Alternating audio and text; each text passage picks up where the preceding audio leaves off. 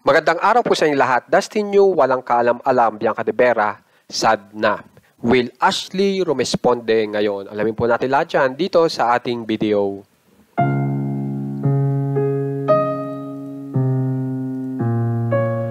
Dito po muna tayo kay Dustin Yu kung saan ay meron po siyang bagong update na kung saan ay nakasama niya po ang kanyang mga kaibigan.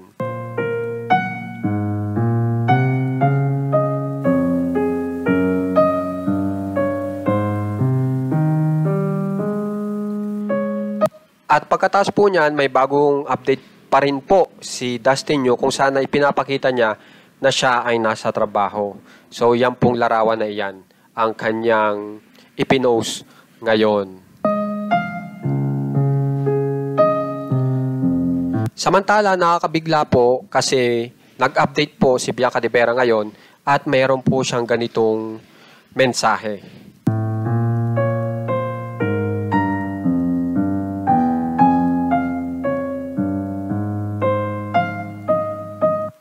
Ang pagkakasabi po dito, it breaks my heart that the person I thought knew me best can do this to me. Pinagkakatiwalaan kita. You are the last person I expected to be this careless.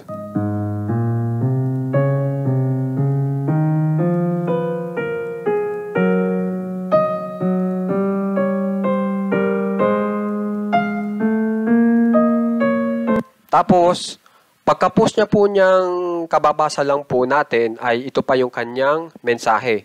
Sometimes the hardest part of friendship is realizing that the people you thought you could trust are the ones who end up breaking it. So talagang kapansin-pansin pong sobrang lungkot po ni Bianca de Vera ngayon.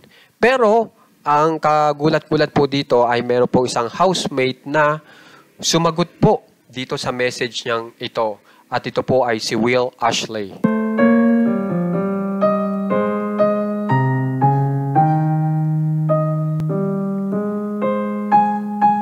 Ang pagkakasabi ni Will Ashley ay, Bianca, you know, I did nothing wrong. I was just trying to help.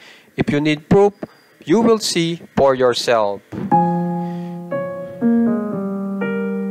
So, kung mapapansin nyo, parang tinamaan po si Will Ashley dito sa pinariringgan ni Bianca de Vera. Pero hindi po talaga natin sigurado kung si Will Ashley ba talaga ang gustong makabasa nitong message ni Bianca de Vera.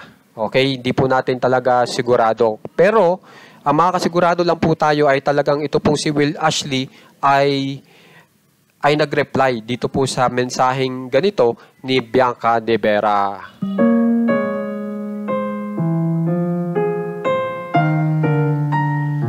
So, tiyak magkakaalaman na po sa susunod na araw kung ano ba talaga ang nangyari dito kay Bianca de Vera at ano ba ang gagawin ni Dustin Yu para rito.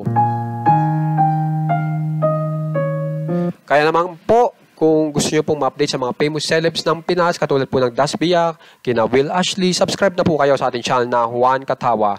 Maraming salamat po sa mga nagsasubscribe, nanonood hanggang dulo, sa mga nag-share at saka sa mga laging nandyan para sa ating video.